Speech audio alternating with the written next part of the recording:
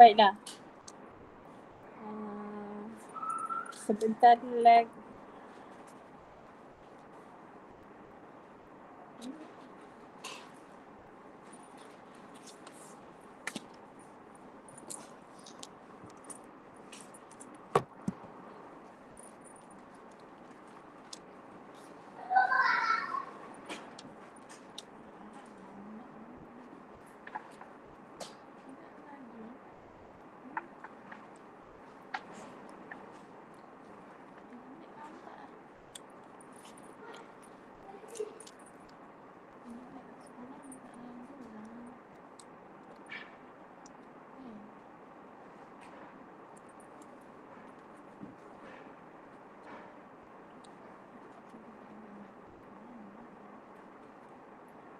Baiklah.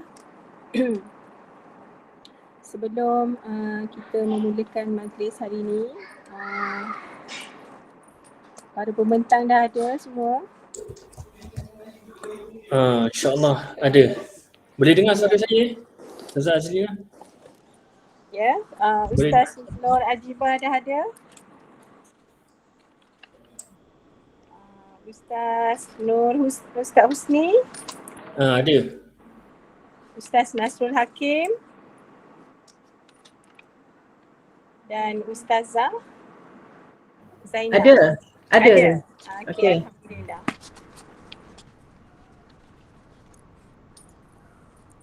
Semua dah ada ke keempat-empat? Ustaz Nasrul Hakim dah ada? Saya ada. Ada. Okey. Baiklah. Jika semua dah ada, kita akan mulakanlah majlis kita untuk hari ini, insya-Allah. Diharap semua sudah bersedia. Admin membantu saya.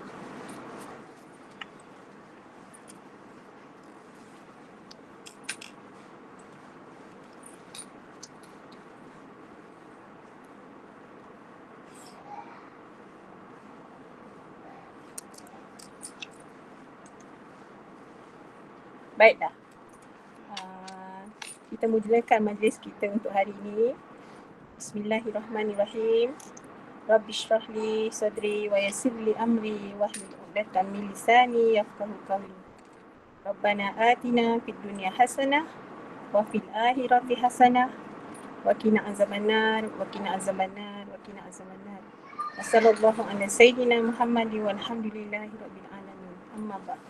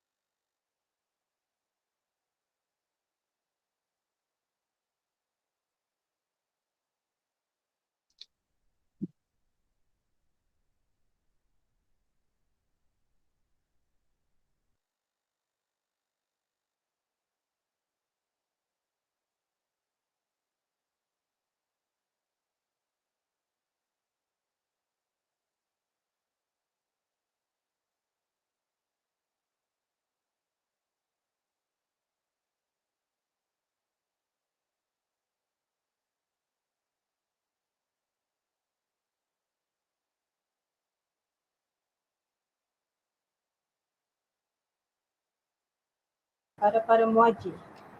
Yang dihormati pegawai-pegawai PPD, pengetua-pengetua, guru besar dan barisan pentadbir sekolah, yang dikasihi rakan-rakan guru, para asatizah dan semua para hadirin hadirat yang dirahmati Allah sekalian. Assalamualaikum warahmatullahi wabarakatuh. Salam Malaysia Madani, salam ceria di petang hari Jumaat yang mulia ini. Alhamdulillah, bersyukur kita kehadrat Ilahi kerana dengan limpah kurnianya, keizinannya dapat kita bersama-sama berkumpul untuk menjayakan program ilmu Halaqah Tafaqquh Fiddin kali kedua bersamaan 28 Syawal 1444 Hijrah yang bertemakan Aidul Fitri, syariat dijunjung, adat disanjung. Awal bismillah pembuka bicara, kata disusun untuk keberkatan. Semoga kebaikan datang jua, doa tulis pinta dilafazkan. Untuk maksud itu, marilah kita bersama-sama membaca umul kitab Al-Fatihah. A'udzubillahi minasyaitanirrajim. Bismillahirrahmanirrahim. Alhamdulillahirabbil alamin. Ar-Rahmanirrahim. Maliki yaumiddin. Iyyaka na'budu wa iyyaka nasta'in. Ihdinas siratal mustaqim. Siratal ladzina an'amta 'alaihim ghairil maghdubi 'alaihim waladdallin. Amin amin amin ya rabbal alamin. Semoga yang baik kita mulai, yang baik juga kita datangi, insya-Allah.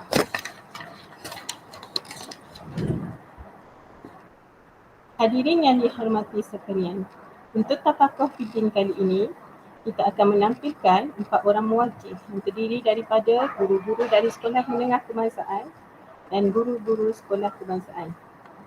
Baiklah, tanpa melengahkan masa, kita mulakan majlis ini dengan muwajjih kita yang pertama. Admin, tolong saya.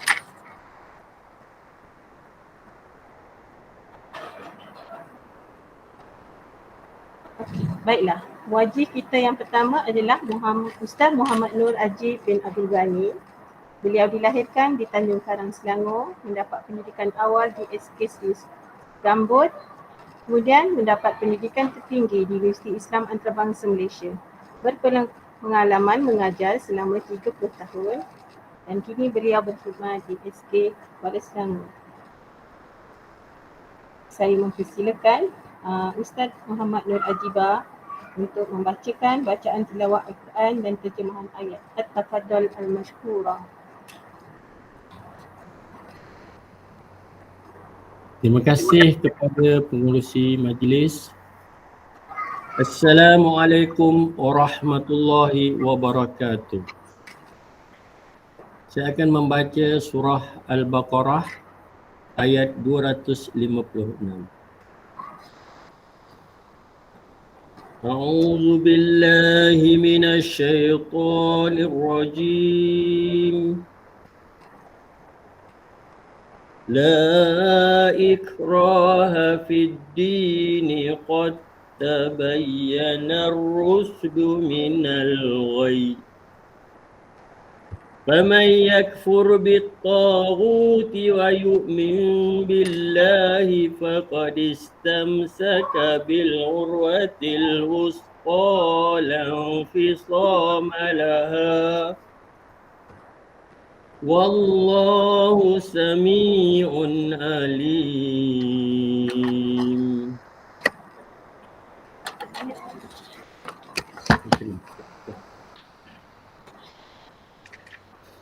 الله ولي الذين آمنوا يخرجهم من الظلمات إلى النور والذين كفروا أولياؤهم الطاغوت يخرجونهم من النور إلى الظلمات أولئك أصحاب النار هم فيها خالدون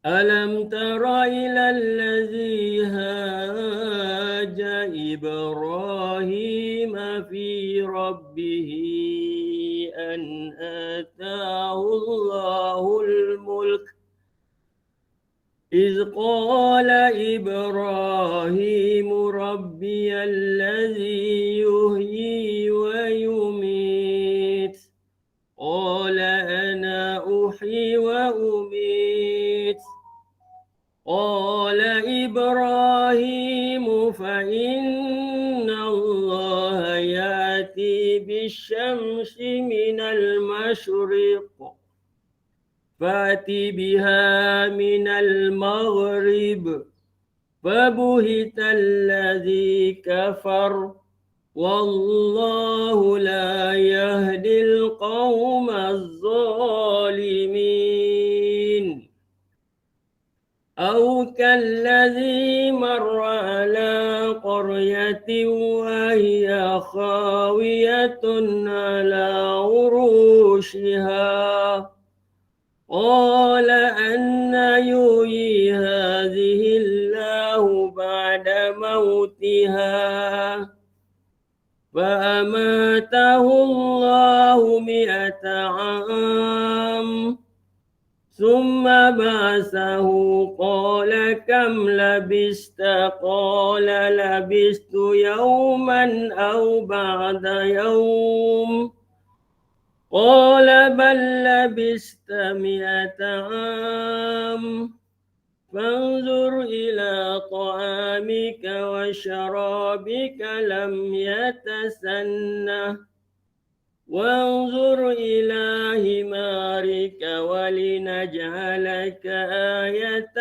للناس وانظر إلى العظام كيف ننشزها ثم نكسوها لحما فلما تبين له قال أعلم أن الله على كل شيء قدير.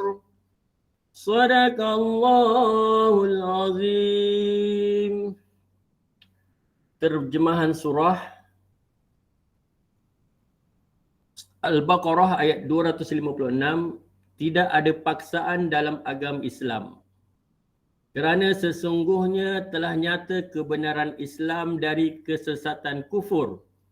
Oleh itu, sesiapa yang tidak percayakan taghut dan ia pula beriman kepada Allah, maka sesungguhnya ia telah berpegang kepada simpulan tali agama yang teguh, yang tidak akan putus, dan ingatlah Allah Maha mendengar lagi Maha mengetahui. Allah pelindung yang mengawal dan menolong orang-orang yang beriman. Ia mengeluarkan mereka dari kegelapan kufur kepada cahaya iman. Dan orang-orang kafir, penolong-penolong mereka ialah taghut yang mengeluarkan mereka dari cahaya iman kepada kegelapan kufur. Mereka itulah ahli neraka, mereka kekal di dalamnya.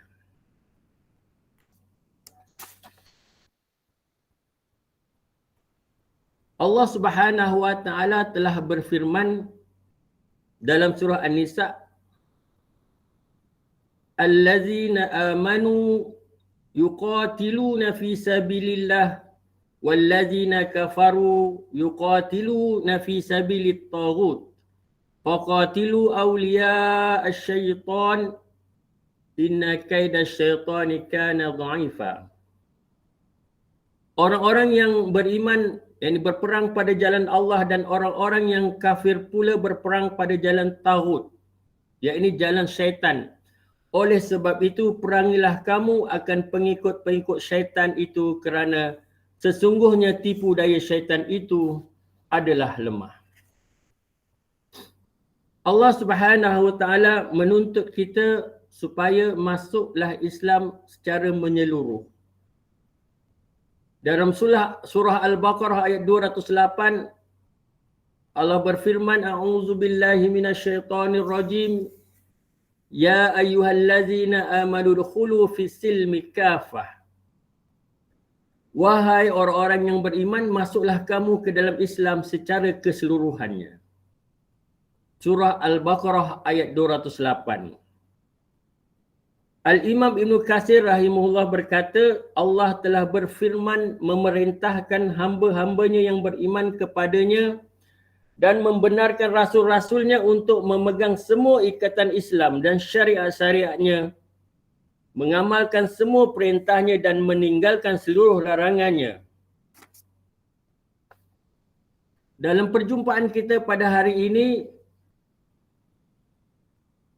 dalam tajuk antara syariat dan adat, maka yang dapat saya simpulkan yang pertama, syariat menjadi perkara utama dirujuk sebelum adat. Adat yang bertentangan dengan syariat hendaklah dibetulkan berpandukan syariat. Kedua, Allah Subhanahu Wa Taala berkuasa membalas hamba-hambanya yang melanggar atau tidak mematuhi syariat. Dalam keadaan situasi sekarang, banyak pahaman-pahaman yang mengikut pendapat-pendapat yang boleh mengelirukan orang-orang awam yang kurang berilmu.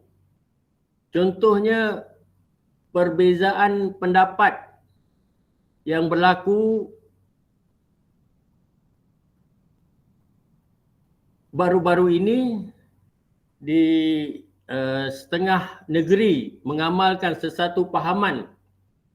Perbezaan membaca kunut dan tidak membaca kunut. Juga pahaman-pahaman menziarah kubur, dan ada yang mengamalkan bacaan talqin mayat itu. Jadi setengah-setengah negeri mengamalkan dan setengah-setengah negeri tidak mengamalkan. Amalan-amalan ini kalau tidak diberitahu kepada masyarakat-masyarakat umum, boleh berlaku perpecahan. Ya. Contoh-contoh adat yang kita lakukan seperti menyambut atau mengadakan kenduri kendara. Ada amalan-amalan yang bertentangan dengan syariat. Jadi apabila bertentangan dengan syariat, maka hendaklah kita tinggalkan perkara-perkara yang menjadi adat sahaja. Jadi dengan adanya golongan-golongan agama ataupun ustaz-ustaz, terutama sekarang ni sudah ada gerakan untuk kita kembali kepada kerajaan pemerintahan madani. Maka kita cuba menerangkan di mana perbezaan-perbezaan pendapat ini yang boleh memecah belahkan masyarakat. Jadi kita tanpa ilmu kita tidak dapat menerangkan kepada orang-orang awam yang tidak dapat mengetahui dengan sepenuhnya. Walaupun mereka telah terdedah kepada YouTube yang nampak sekali perbezaan-perbezaan pendapat daripada golongan-golongan agama itu sendiri, yang sepatutnya itu adalah masalah khilafiah sahaja. Jadi peranan guru agama sama-sama kita meningkatkan ilmu kita, menerangkan kepada masyarakat supaya kita sebagai negara kita berpandukan sunnah wal jamaah.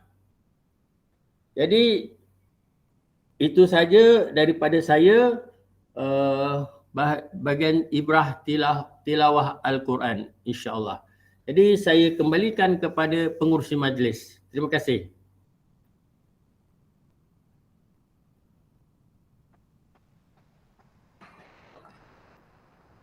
Majlis merakamkan jutaan terima kasih kepada Ustaz Isnur Ajibah di atas bacaan tilawah ayat Al-Quran itu tadi bersama terjemahannya. Syariat merupakan panduan bagi umat Islam dan sesungguhnya Allah Maha Berkuasa menjadi pelindung bagi orang-orang yang beriman. Semoga kita menjadi hamba-Nya yang sentiasa bertakwa. Hadirin yang dihormati sekalian, majlis diteruskan lagi dengan pembentang wajih kita yang kedua, iaitu Ustaz Muhammad Husni bin Abdul Khalid. Beliau dilahirkan di Kuala Lipis, Pahang, mendapat pendidikan awal di SK Batu 4 Jalan Ipoh, Kuala Lumpur, mendapat pendidikan tertinggi pengajian Islam di Universiti Terbuka Kuala Lumpur, berpengalaman mengajar selama 14 tahun, berkhidmat di Politeknik Sultan Idris Shah Sabak Penang, Selangor. Dipersilakan dengan segala hormatnya, beliau akan menyampaikan muwajjih simak hadis. Okey, terima kasih diucapkan kepada saudari pengurusi majlis.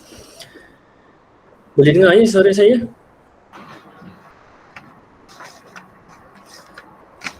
Alhamdulillahirrabbilalamin. Wassalatu wassalamu ala asyrafil anbiya'i wal mursalin wa ala alihi wa sahbihi ajma'in. Subhanaka la ilma lana illa ma 'allamtana innaka antal alimul hakim. Rabbi shrah li sadri wa yassir li amri wahlul 'uqdatam min lisani yafqahu qawli. Amma ba'du. Yang berusia Ustazah Zakiyah binti Ismail, Ustaz Muhammad Razali bin Abdullah Sani, penolong pegawai pejabat pendidikan daerah Kuala Selangor, unit pendidikan Islam sektor pembelajaran, yang dimuliakan barisan jawatan kuasa hataf daerah, admin, nakib dan para muwajih, yang dihormati pegawai-pegawai PPD, pengetua-pengetua sekolah, guru besar dan barisan pentadbir sekolah, rakan-rakan guru, para asatidzah dan semua hadirin hadirat yang dirahmati oleh Allah SWT. Alhamdulillah, Allah SWT masih lagi memberi kita peluang untuk bertemu walaupun secara atas talian, dan insyaAllah kita akan teruskan pengajian ilmu ataupun perkongsian ilmu pada petang yang berbahagia ini dengan sedikit perkongsian ilmu berkaitan dengan hadis yang ke-9.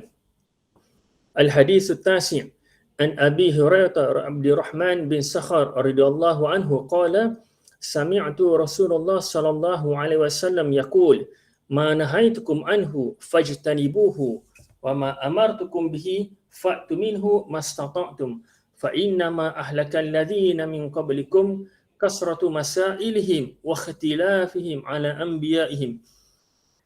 Okey, hadis ini diriwayatkan oleh Abu Hurairah radhiyallahu anhu yang berkata bahawa dia telah mendengar Rasulullah sallallahu alaihi wasallam bersabda yang bermaksud nahaitukum anhu fajtanibuhu, apa-apa yang aku larang untuk kamu melakukannya maka hendaklah kamu menjauhinya. Wa ma amartukum bihi fa'tu minhu mastata'tum, dan apa-apa yang aku perintahkan kepada kamu untuk melakukannya maka lakukanlah seberapa daya kamu. Fa innama ahlakal ladzina min qablikum kasratu masailihim wa ikhtilafihim ala anbiya'ihim. Sesungguhnya telah banyak umat yang terdahulu daripada kamu binasa lantaran banyaknya persoalan-persoalan dan banyak perselisihan mereka terhadap nabi-nabi mereka. Hadis riwayat Imam Al-Bukhari dan Muslim. Kalau kita melihat kepada rawi hadis ini diriwayatkan oleh Imam Bukhari dan Muslim dan susur jalur periwayatan ini sampai kepada Abu Hurairah radhiyallahu anhu. Abu Hurairah ini adalah salah seorang sahabat Nabi yang hidup pada zaman Nabi.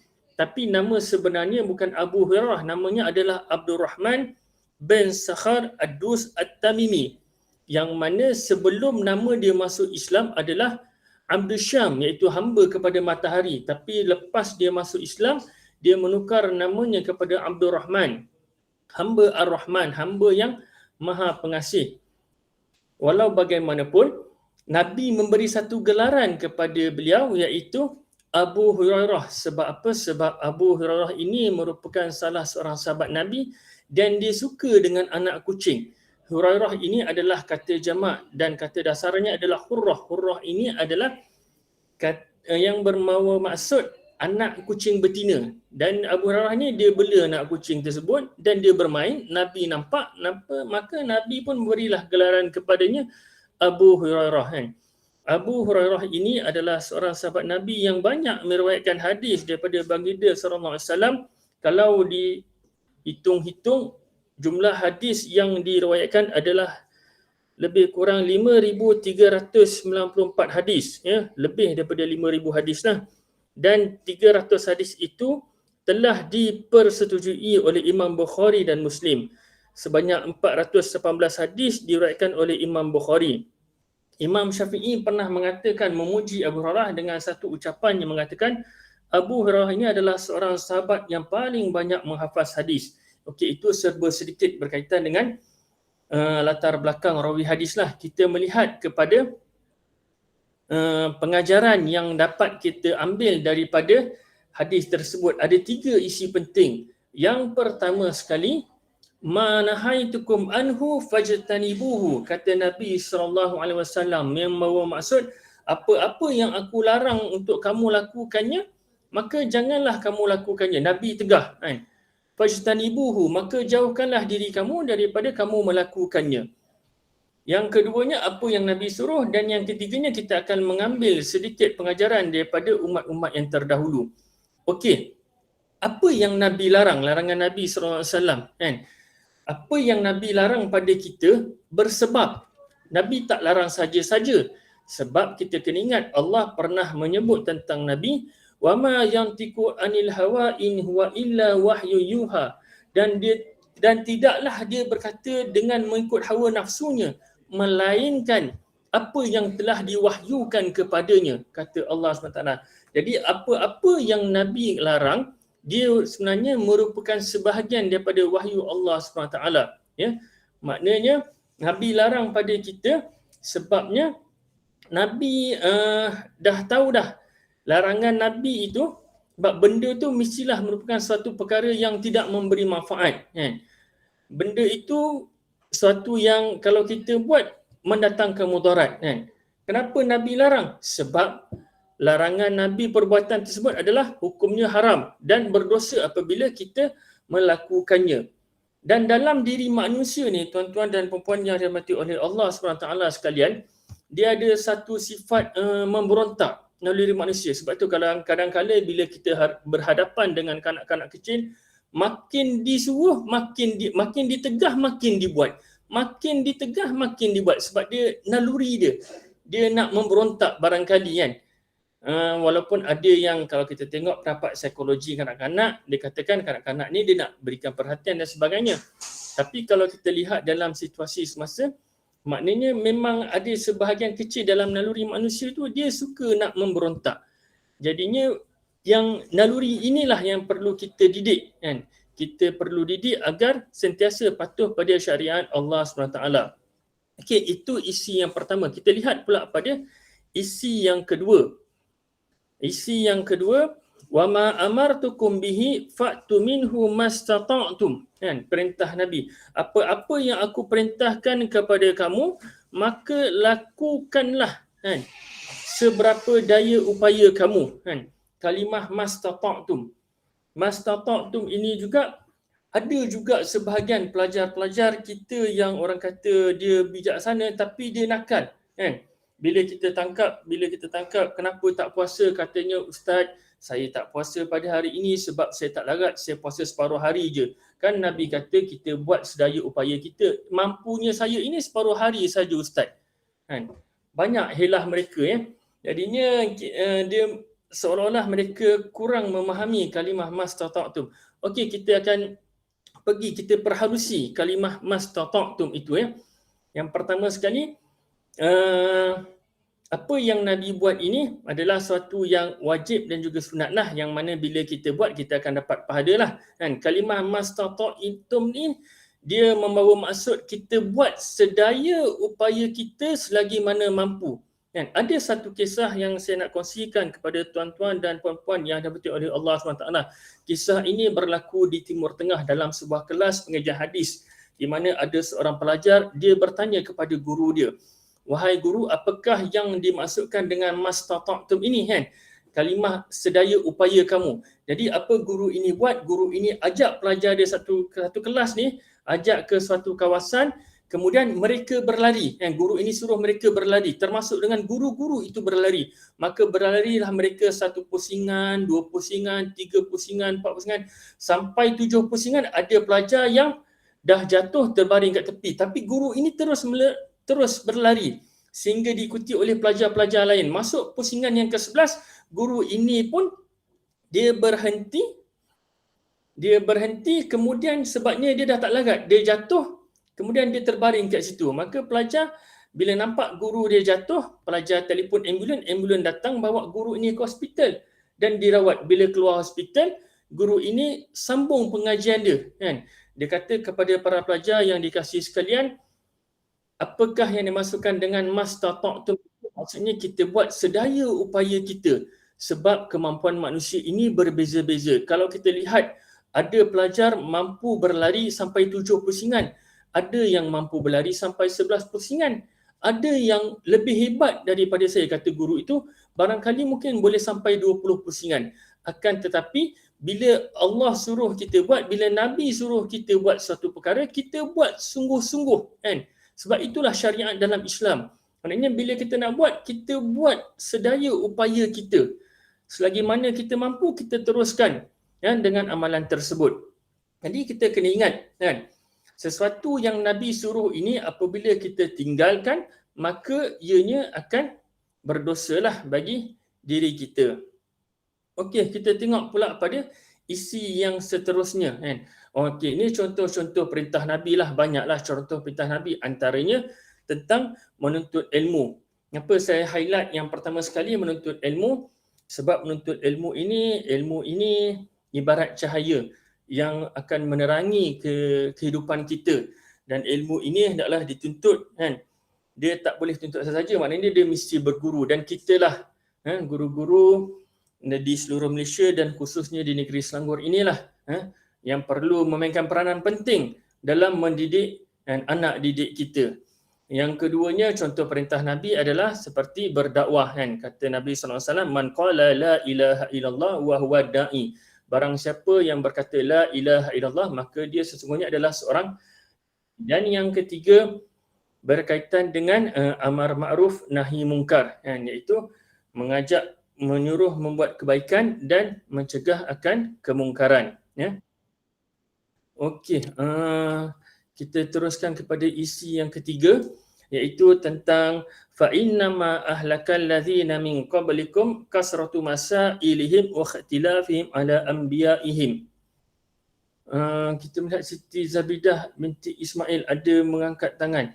Mungkin kalau ada persoalan mungkin boleh admin uruskan di sebentar nanti kot. Okey, yang seterusnya adalah berkaitan dengan pengajaran daripada kisah yang terdahulu. Banyak pengajaran yang boleh kita ambil daripada kisah yang terdahulu, akan tetapi kita yang di sini saya highlightkan dua saja. Yang pertama sekali iaitu berkaitan dengan kaum Ad. Kaum Ad ini adalah satu kaum dan Nabi perintahkan Nabi Hud untuk berdakwah kepada kaum Ad. Dan kaum Ad ini kalau kita lihat kan, dia ada kelebihan yang disebut sebanyak 27 kali dalam Al-Quran, dan mereka ini mendiami satu kawasan yang namanya Kota Iram Zamatul Imad, iaitu pemilik tiang-tiang yang tinggi. Allah bagi kelebihan pada mereka ini, fizikalnya tinggi-tinggi dan hebat-hebat, kuat-kuat, perkasa-perkasa kan. Akan tetapi mereka ini menyembah berhala. Antara nama berhala yang disembah adalah Sadak, Samud dan Harrah ataupun Habah kan. Di kaum ini adalah satu kaum yang sombong, ego dan bongkak. Bila Nabi Hud ajak berdakwah, mereka tidak mahu mendengar dakwah. Akhirnya mereka diazab kan. Diazab dengan satu ribut kencang yang sangat sejuk yang menyebabkan mereka mati bergelimpangan. Okey, kita lihat pula kepada kaum Samud kan. Kaum Samud ini Nabi yang Allah utuskan kepada kaum Samud adalah Nabi Saleh alaihissalam. Nabi Saleh alaihissalam ini mempunyai satu mukjizat yang mana kalau kita lihat, kita pelajari dalam sejarah, mukjizatnya adalah satu ekor unta yang keluar daripada celah-celah batu kan, celah-celah bukit, yang mana unta itu kemudiannya dibunuh oleh kaum Samud. Kaum Samud ini Allah bagi kelebihan pada dia kan. Dia merupakan ahli seni bina yang terulung, yang teragung. Suka cerita saya nak kongsikan di sini, apabila kaum Samud ini melalui satu kawasan, dia nampak satu bukit, dia boleh ukir bukit ini jadi kediaman dia, jadi rumah dia, jadi banglo dia. Itu kehebatan kaum Samud. Kalau dia lalu satu kawasan, dia nampak gunung, gunung ni lagi besar daripada bukit, dia boleh ukir gunung ini menjadi tempat kediaman dia. Kat situ dia boleh design, inilah tiangnya, kalau kita masuk ke dalam itu ada kawasan rehatnya, ada kawasan tempat makannya. Jadi itu kelebihan yang Allah bagi pada dia. Maknanya dia, ukiran dia tu, dia bukan sekadar ukir kayu, bukit, batu yang keras tu dia boleh ukir jadi satu bangunan dan mereka tinggal di situ. Akan tetapi bila Nabi Saleh berdakwah, mereka mencabar Nabi Saleh, kalau betul engkau Nabi, engkau keluarkan seekor binatang daripada celah-celah bukit. Nabi Saleh berdoa pada Allah, maka keluarlah seekor unta daripada celah-celah bukit, yang kemudian unta itu dibunuh oleh kaum Samud kan. Maka Allah menghantar apabila syariat Allah ini dibantah, maka Allah menghantar satu azab kepada mereka, iaitu kalau kita melihat kepada tafsir Al-Quran kan, dalam surah Hud ayat 67 kan, dan satu suara keras yang menimpa orang-orang yang zalim itu, lalu mereka mati bergelimpangan di rumahnya. Kalau kita merujuk pada tafsir yang terkini, tafsir muasarah berkaitan dengan ayat ini, kita boleh melihat kadar desibel bunyi itu dia berupaya untuk memecahkan gendang-gendang telinga kita. Bila gendang telinga kita pecah, maknanya suara itu sangat kuat, sangat keras, maka darah akan mengalirlah, dan bila darah mengalir, maknanya yang organ dalaman ini dah tak berfungsi dan akan menyebabkan kematian. Itu kalau sekarang ini bila kita nak ukur tentang pencemaran bunyi, kita ukur dengan kadar desibel. Oh, begini dan begini. Tapi maknanya dahulunya pernah Allah SWT hantar satu suara yang sangat kuat yang boleh membunuh satu manusia di satu-satu kawasan. Jadinya sebenarnya kalau kita lihat tentang kisah-kisah terdahulu, ada juga kisah tentang ketika mana orang-orang Israel ini dia diperintahkan untuk mencari seekor lembu kan. Mereka berhadapan dengan Nabi, kemudian mereka banyak sangat pertanyaan. Lembu apa, jantan ke betina, umurnya berapa, colornya macam mana. Jadi kat situ tu kita boleh ambil pengajaran bahawa dalam kita berhadapan dengan syariat Allah SWT ini, kita hendaklah berusaha sungguh-sungguh kan. Cumanya kita hanya mengkaji kelebihan setiap perintah Allah SWT. Bukanlah tugas kita untuk mencari perselisihan ataupun memperlekehkan kan. Sebab kita tak bolehlah buat gitu. Na'udzubillah min zalik ya. Okey. Kita lihat pula kepada kesimpulan yang dapat kita ambil daripada hadis yang dibacakan sebentar tadi ya. Yang pertama sekali, kesimpulan yang pertama yang dapat kita ambil pengajaran daripadanya adalah tinggalkan apa yang Nabi Muhammad SAW larang kepada kita. Jangan sekali-kali kita terasa ataupun teringin nak buat. Bila kita ada perasaan teringin nak buat apa yang Nabi larang, cepat-cepat kita istighfar kan? Dan kita berdoa pada Allah kan, agar kita ini kekal dalam agama Allah SWT. Yang keduanya, kita usaha sungguh-sungguh. Usaha sungguh-sungguh ni kita buat yang terbaik. Jangan kita buat sambil lewa, jangan kita buat main-main. Apa juga yang Nabi Muhammad SAW suruh kan? Ni jangan kita buat sambil santai-santai. Contohnya berkaitan dengan, kita ingatkan para pelajar kita, contohnya berkaitan dengan menuntut ilmu. Jadi bila nak menuntut ilmu, kita pesan pada pelajar kan. Nabi pesan ni, saya hanya menyampaikan, awak bila nak belajar, belajar sungguh-sungguh, jangan main-main. Sebab apa? Sebab ilmu ini peranan dia sangat besar dalam kehidupan kan. Kata seorang sahabat saya kan, apa yang kita belajar hari ini menentukan 10 tahun kita di kemudian hari. Jadi hari ini kita ada masa yang banyak, kita belajar sungguh-sungguh. Yang ketiga, kita ambillah kisah pelajaran daripada kisah-kisah silam yang terdapat dalam Al-Quran. Banyak pelajarannya kan. Seperti Allah sebut tentang kisah kaum Ad, tentang kaum Samud, kisah tentang Fir'aun ketika Nabi Musa berhadapan dengan Fir'aun dibantu oleh sepupunya Nabi Harun AS kan. Kisah Ashabul Kahfi, 7 orang pemuda dan seekor anjing yang berada pada zaman seorang raja yang zalim, tapi demi menyelamatkan akidah mereka menyembunyikan diri dalam sebuah gua yang dinamakan, gua itu kemudiannya dinamakan sebagai Gua Kahfi. Bila masuk dalam gua itu, mereka tutup dengan batu dan ditidurkan selama 309 tahun. Dan juga seperti kisah Nabi Nuh AS kan, ketika mana Nabi Nuh berdakwah kepada kaumnya, inni da'autu qaumi lailan wa naharan falam yazid minhum illa firara. Sesungguhnya aku berdakwah kepada kaumku siang dan malam, maka tidaklah bertambah bilangan mereka, melainkan mereka melarikan diri daripadaku. Dan maknanya Nabi Nuh ni dia berdakwah siang dan malam. Dan pagi petang tak pernah putus asa mengajak orang buat baik, menyembah Allah SWT. Jadi kita pun kena tiru jugalah macam itu. Kita sentiasa kena ajak orang buat baik. Dan kisah-kisah lain, kita ambil pengajaran daripada kisah-kisah tersebut. Dan kesimpulan yang keempat, kita berpegang teguh kepada Al-Quran dan As-Sunnah kan, agar tidak terpesong daripada ajaran Islam yang sebenar. Seperti kata Nabi SAW, taraktu fikum amrayni lan tadallu ma in tamassaktum bihima kitabullah wa sunnatu Rasulullah. aku tinggalkan kepada kamu dua perkara yang seandainya kamu pegang kepada kedua-duanya, lan tadallu, kan? Kamu tidak akan sesat untuk selama-lamanya. Iaitu yang pertama Al-Quran, yang keduanya As-Sunnah. Jadi itu sahaja perkongsian saya pada petang yang berbahagia ini. Mudah-mudahan mendapat manfaat daripadanya. Dan saya serahkan seterusnya kepada urusan kita. Falyatafadhal mashkura. Terima kasih.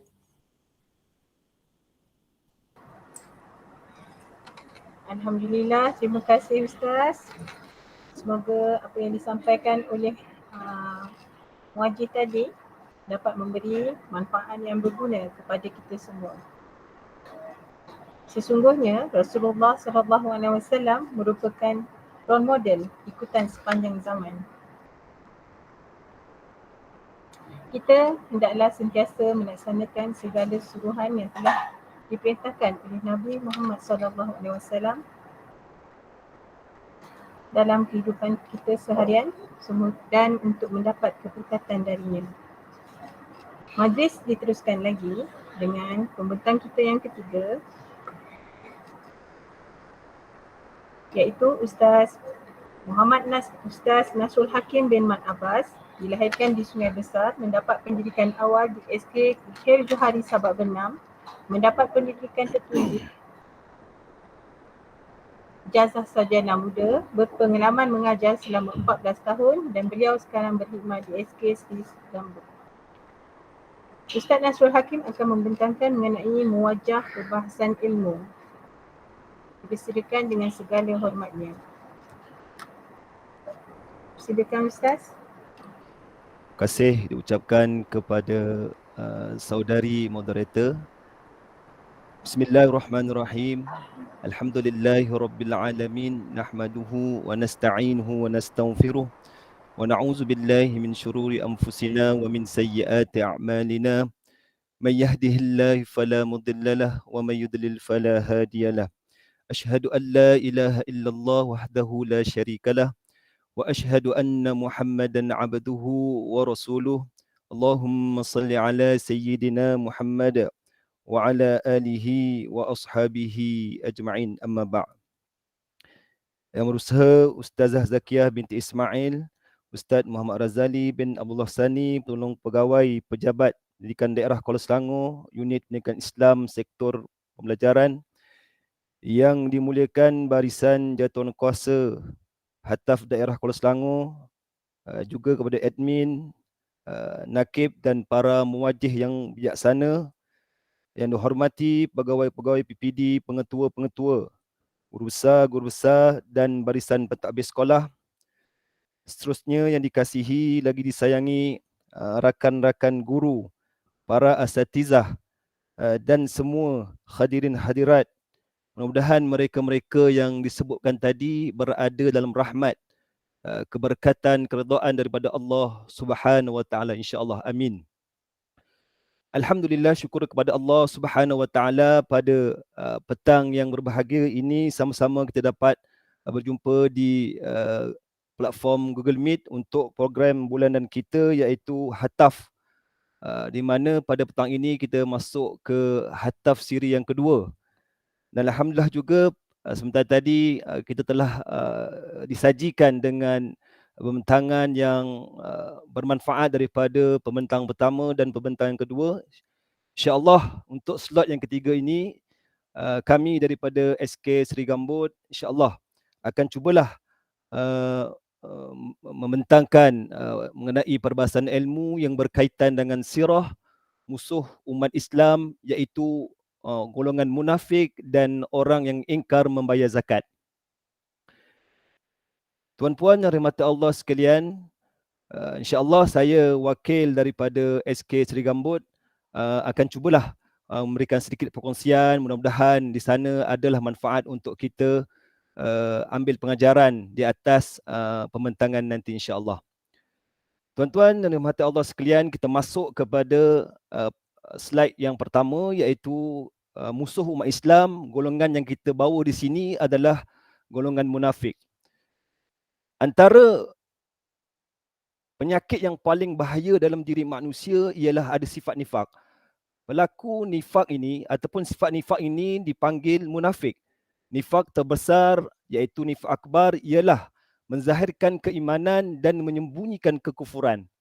Penyakit nifak ini ditentang oleh Allah dan dalam Islam dalam banyak ayat dalam Al-Quran.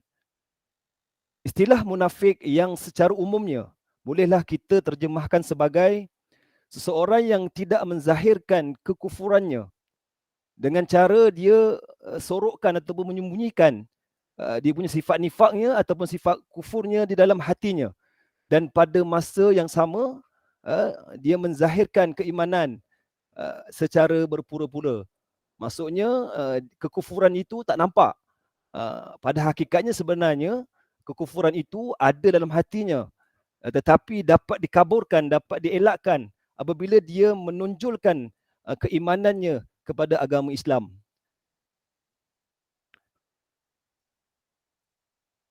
Daripada Rasulullah sallallahu alaihi wasallam dari Abdullah bin Amru, kita tengok hadis, slide yang kedua tengok hadis daripada Abdullah bin Amru radhiyallahu anhu bahawa Nabi sallallahu alaihi wasallam bersabda, 4 perkara bila ada pada seseorang maka dia adalah seorang munafik tulen, dan barang siapa yang terdapat pada dirinya satu sifat dari 4 perkara tersebut, 4 sifat tersebut, maka dirinya terdapat sifat nifak hingga dia meninggalkannya, iaitu jika dia beri amanah, dia khianat pertama. Jika dia berbicara, dia berdusta kedua. Jika dia berjanji, dia tidak menepati ketiga. Dan jika dia bertengkar, ia curang, iaitu ingin menang sendiri. Hadis yang kedua yang dibawakan di sini adalah daripada Abu Hurairah radhiyallahu anhu. Dari Nabi sallallahu alaihi wasallam, baginda sallallahu alaihi wasallam bersabda, tanda munafik ada 3. Jika dia berbicara, dia dusta. Jika dia berjanji, ia mengingkari, dan jika diberi amanah, dia khianat. Jadi tuan-tuan, ini adalah yang disebutkan oleh Nabi kita Muhammad sallallahu alaihi wasallam ataupun yang dijelaskan oleh Nabi kita Muhammad sallallahu alaihi wasallam mengenai ciri-ciri ataupun simptom-simptom yang ada pada golongan munafik ini, yang ada sifat nifak pada diri mereka. Kita tengok kepada sirah Islam, iaitu sejarah munafik. Kemunculan ataupun pencetus kepada golongan munafik ini tak lain tak bukan seperti mana yang tersemat dalam sejarah adalah Abdullah bin Ubay bin Salul, iaitu meninggalnya pada tahun 631. Adalah ketua Bani Arab, Bani Khazraj yang tinggal di Madinah semasa Rasulullah sallallahu alaihi wasallam berhijrah dan sampai di Madinah. Turut mengaku sebagai seorang Muslim, tetapi ramai mempertikaikannya atas beberapa kontroversi dengan Nabi Muhammad sallallahu alaihi wasallam, atas beberapa ketidakpuashatian kepada Nabi Muhammad sallallahu alaihi wasallam. Namun dengan itu para sejarawan Islam ataupun para ilmuwan sejarah Islam telah melabelkan ataupun mengatakan bahawa Abdullah bin Ubay bin Salul ini adalah seorang munafik dan disebut juga sebagai ketua para munafikun. Abdullah bin Ubay bin Salul adalah salah seorang pimpinan Bani Khazraj yang pada masa itu bersengketa dengan suku Arab utama iaitu Bani Aus. Dia telah berusaha menamatkan sengketa berkenaan dari pembunuhan saudara dan mencapai satu perdamaian di antara dua-dua puak ini, dan mereka bersetuju berdamai, dan kedua-dua kaum ini, puak Khazraj dan Bani Aus ini, telah mengiktiraf kepimpinan Abdullah bin Ubay bin Salul dan mendapat sokongan tinggi dalam masyarakat Madaniyah pra-Islam. Abdullah bin Ubay bin Salul ialah seorang yang sihat, seorang yang waras, kaya, cerdik dan dihormati di Yasrib. Maknanya pakej lengkaplah Abdullah bin Ubay bin Salul ini. Telah dipersetujui untuk diangkat menjadi pemimpin di situ oleh kaumnya. Kemunafikan Abdullah bin Ubay ini bermula daripada kekecewaan Abdullah bin Ubay yang pada ketika itu gagal ditabalkan menjadi raja disebabkan beralihnya sokongan Bani Aus dan Khazraj kepada baginda Nabi kita Muhammad sallallahu alaihi wasallam. Pada asalnya mereka ini bersetuju untuk mengangkat ataupun melantik ataupun mengiktiraf Abdullah bin Ubay ni sebagai raja mereka di Yasrib. Disebabkan kedatangan baginda Nabi SAW daripada Mekah ke Madinah, akhirnya mereka ini dengan sebab kepribadian unggul Nabi kita Muhammad SAW dan mereka kaum daripada Bani Khazraj ataupun masyarakat pada ketika itu beralih sokongan kepada Nabi kita Muhammad SAW untuk menjadi pimpinan di kota Madinah. Sebabkan itu, disebabkan peristiwa tadi tak puas hati tadi, Abdullah bin Ubay merasa iri hati, berasa tak puas hati, berasa dengki, berasa curiga terhadap agama Islam dan para penganutnya, terutamanya kepada baginda Nabi Muhammad sallallahu alaihi wasallam. Kemudian perasaan bimbang dan khawatir Abdullah bin Ubay ini terus bertambah ketika kaum muslimin menang dalam perang Badar. Masa itu Abdullah bin Ubay sewaktu orang muslimin ini dia menang dalam perang Badar, Abdullah bin Ubay rasa takut, rasa tidak senang duduk, rasa khawatir, dan sampai akhirnya dia pun mengikut jejak masyarakat kebanyakan pada masa itu untuk memeluk Islam. Maka sejak inilah kemunafikan mula timbul di Madinah.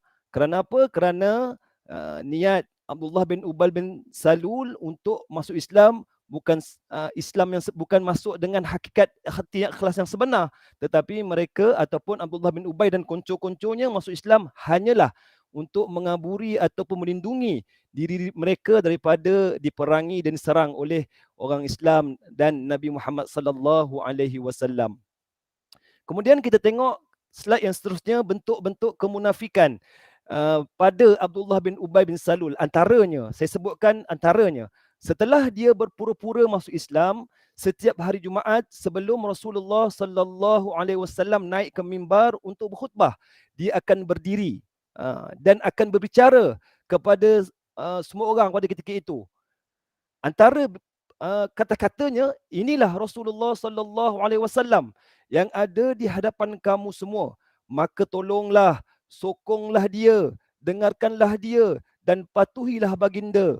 Setelah itu Rasulullah sallallahu alaihi wasallam berdiri dan berkhutbah. Ini antara kepura-puraan yang ada dalam Abdullah bin Ubay, Abdullah bin Ubay, yang mana di sana ada sifat nifak dalam dirinya, menunjukkan seolah-olah dialah yang berada di belakang Rasulullah sallallahu alaihi wasallam.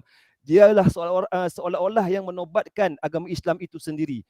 Jadi pada hakikatnya sebenarnya dia menyorokkan dia punya kekufuran dan menentang Islam dan berniat untuk menentang Islam.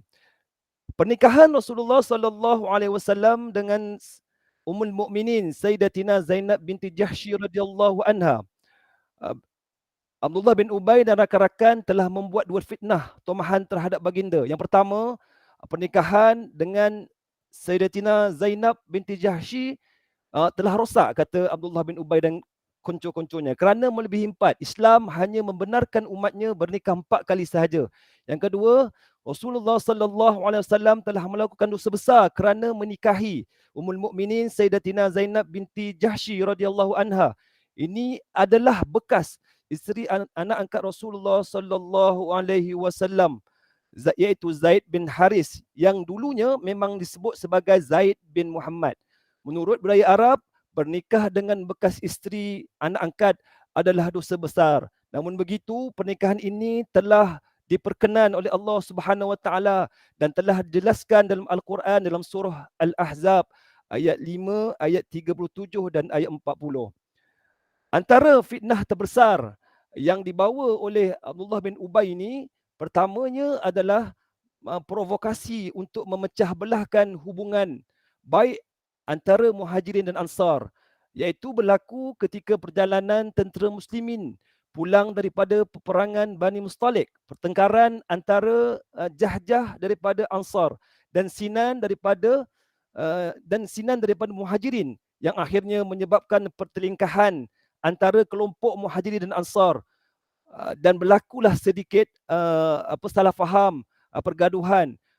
Maka datanglah sosok tubuh yang bernama Abdullah bin Ubay bin Salul, mengeruhkan lagi keadaan dengan menciptakan ataupun membuat hasutan-hasutan kepada kaumnya, iaitu Ansar, untuk tujuannya untuk memecah belahkan muslimin, muhajirin dan ansar. Abdullah bin Ubay kemudian berpidato antara kata-katanya, lihatlah orang yang telah kamu tolong dan diberikan tempat tinggal ternyata telah mengkhianati kamu. Wahai kaumku, jika kamu mencintai diri kamu, janganlah kamu menolong kaum muhajirin lagi. Inilah kata-kata hasutan yang bertujuan sebenarnya untuk memecah belahkan orang muslimin.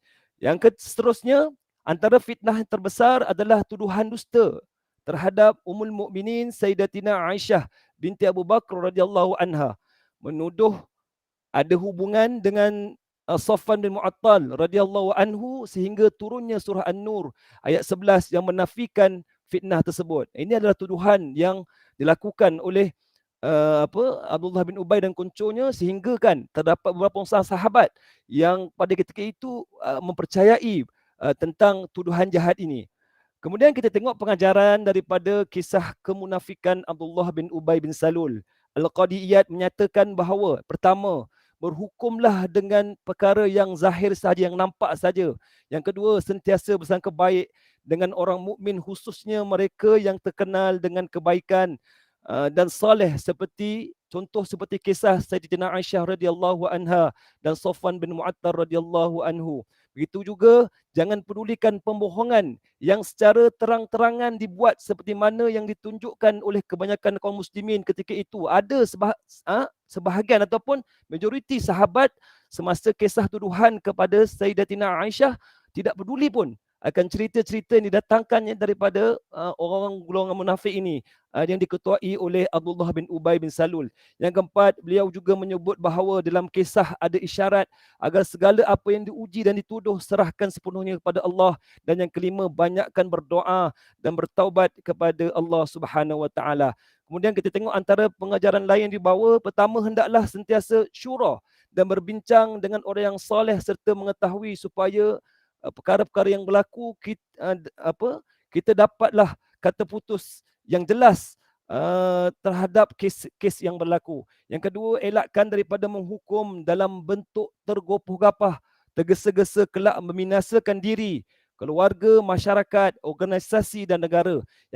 Yang ketiga, sifat terpengaruh dengan seseorang yang boleh berlaku sekalipun dia seorang Islam. Justeru hendaklah kita pilih rakan taulan yang baik lagi saleh agar kita terhindar daripada terpedaya dengan bisikan syaitan yang dibawa sebenarnya oleh golongan munafik dan golongan yang ada sifat nifak ini. Yang keempat, munajat dan kembali kepada Allah adalah ramuan yang terbaik untuk penyelesaian masalah. Seterusnya kita pergi kepada slide yang seterusnya, implikasi nifak. Fitnah yang tersebar luas dan tidak dapat dibendung akan menimbulkan implikasi yang buruk dengan kesannya menjejaskan keamanan, keharmonian, kesejahteraan hidup dalam kalangan masyarakat. Yang kedua, tuduhan jahat dan fitnah, walaupun ia merupakan suatu yang sukar dipercayai, namun masih sahaja terdapat golongan yang terpengaruh dan mempercayai, seperti yang berlaku kepada Sayyidatina Aisyah. 3 orang sahabat antaranya yang percaya, iaitu Mishtah radhiyallahu anha, Zain bin Sabit radhiyallahu anha, Hamnah binti Jahsy radhiyallahu anha dan lain-lain. Yang ketiga, tipu daya dan komplot daripada golongan kafir dan munafik hanyalah untuk memecah belahkan umat Islam dari dalam. Yang keempat, tujuan golongan munafik menyebarkan fitnah ini dalam kalangan masyarakat adalah untuk tak lain tak bukan menyakiti Nabi Muhammad sallallahu alaihi wasallam dengan menuduh orang yang paling disayangi, iaitu isteri baginda Ummul Mukminin Sayyidatina Aisyah radhiyallahu anha. Yang kelima, tindakan para sahabat yang membela Sayyidatina Aisyah untuk menjaga maruah dirinya daripada dipermainkan oleh golongan munafik merupakan sesuatu yang wajar dipuji.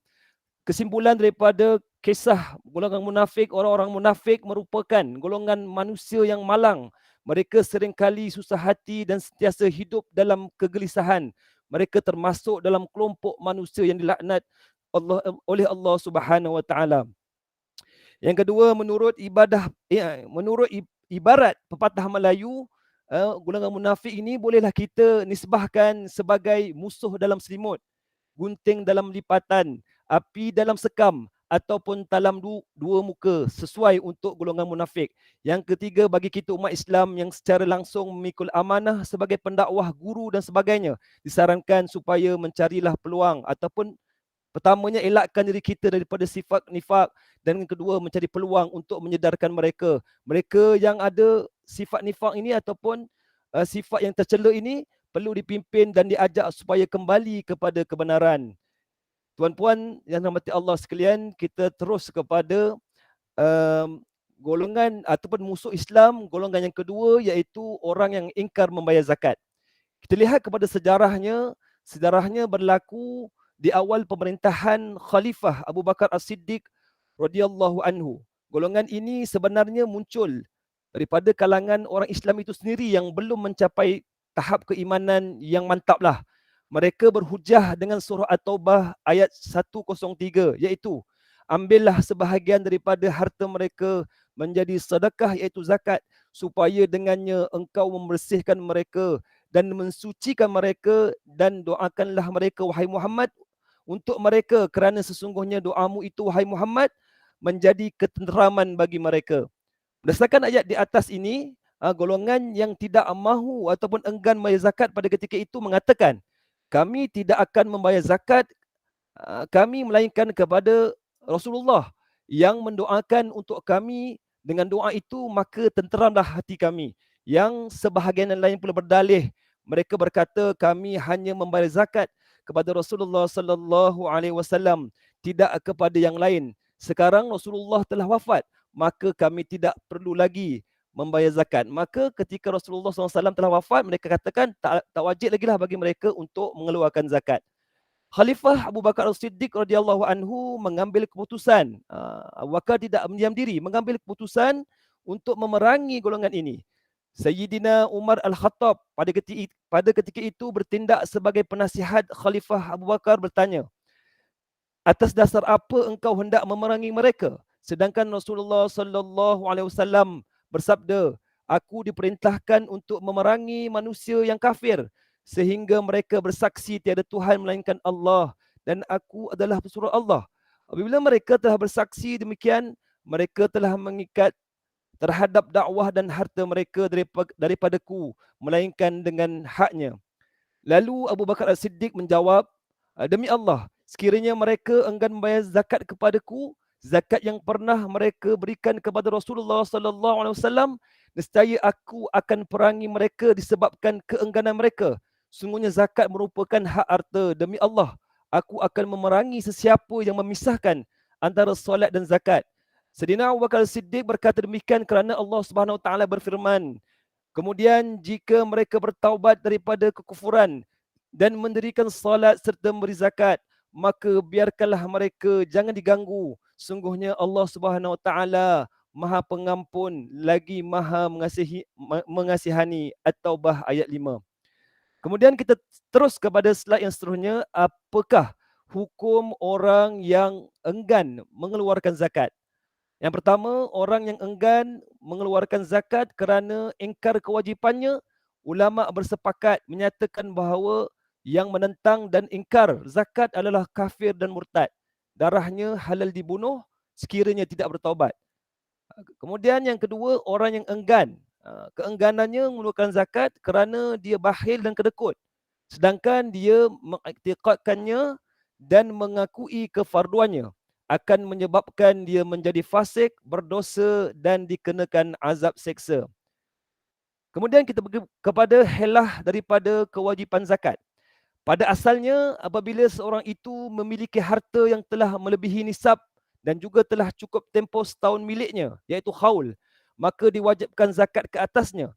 Namun hal yang berlaku ialah apabila hampir sampai tempoh setahun, iaitu haul, harta tersebut diberikannya kepada orang lain, atau dijualnya, atau dihadiahkannya, atau bermacam cara lagi yang dilakukan dengan tujuan untuk melarikan diri dari melakukan kewajipan zakat, maka hukumnya, kata para ulama, adalah haram dan berdosa.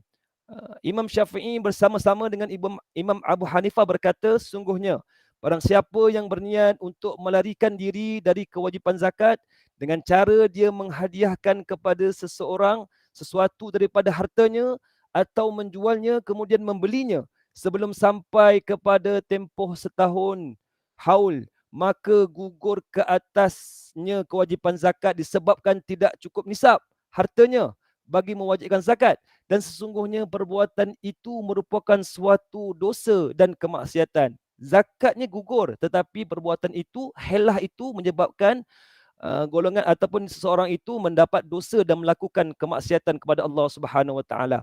Antara hukuman ke atas mereka yang lari dari zakat, kita tengok hadis Nabi yang maksudnya sesiapa yang dikurniakan oleh Allah harta dan tidak mengeluarkan zakatnya, maka hartanya pada hari kiamat dijadikan seekor ular yang mempunyai 2 taring dan kepalanya yang tidak berbulu kerana terlalu banyak bisanya. Ia akan membelit dan menggigitnya dengan kedua-dua rahangnya sambil berkata, akulah hartamu, akulah simpananmu. Kesimpulannya, untuk golongan yang engkar, tajuk golongan yang engkar menunaikan zakat ini, pertama hendaklah melakukan helah supaya dapat melarikan diri daripada kewajipan zakat adalah haram hukumnya, dan juga perbuatan ini merupakan dosa juga maksiat kepada Allah Subhanahu Wa Taala.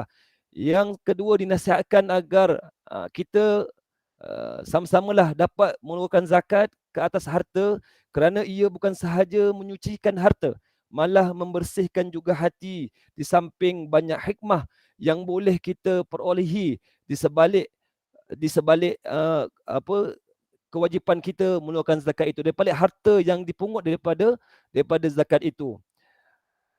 Tuan-tuan, puan-puan yang rahmati Allah sekalian, jadi saya rasa setakat itu daripada saya.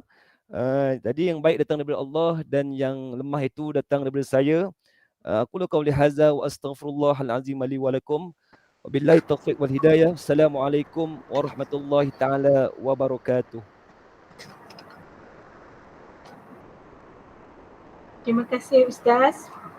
Majlis merakamkan ribuan terima kasih kepada Ustaz. Daripada apa yang telah disampaikan itu tadi, hendaklah kita sentiasa bermunajat dan kembali kepada Allah Subhanahu Wa Taala. Mudah-mudahan kita sentiasa memperolehi ketenangan hati dan jiwa.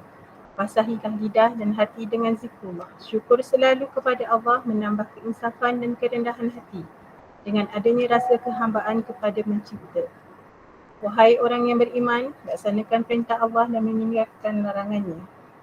Sudah pasti ada hikmah di atas setiap kejadian. Jadikanlah ia sebagai ibrah agar kita dapat memacu diri untuk menjadi lebih baik dan terus membuat kebaikan. Hadirin yang dikasihi Allah, majlis diteruskan lagi dengan muwajjih yang terakhir yang akan menyampaikan isu semasa. Yang dikasihi Ustazah Zainab binti Sanusi, dilahirkan di Sawah Sempadan, Tanjung Karang, mendapat pendidikan awal di SK Sri Tiram Sekolah Agama Menengah Tinggi Hishamuddin Kelang. Beliau menyambungkan pelajarannya di Universiti Kebangsaan Malaysia UKM, berpengalaman mengajar selama 29 tahun dan kini beliau berkhidmat di SMK Rantau Panjang. Dipersilakan dengan segala hormatnya Ustazah.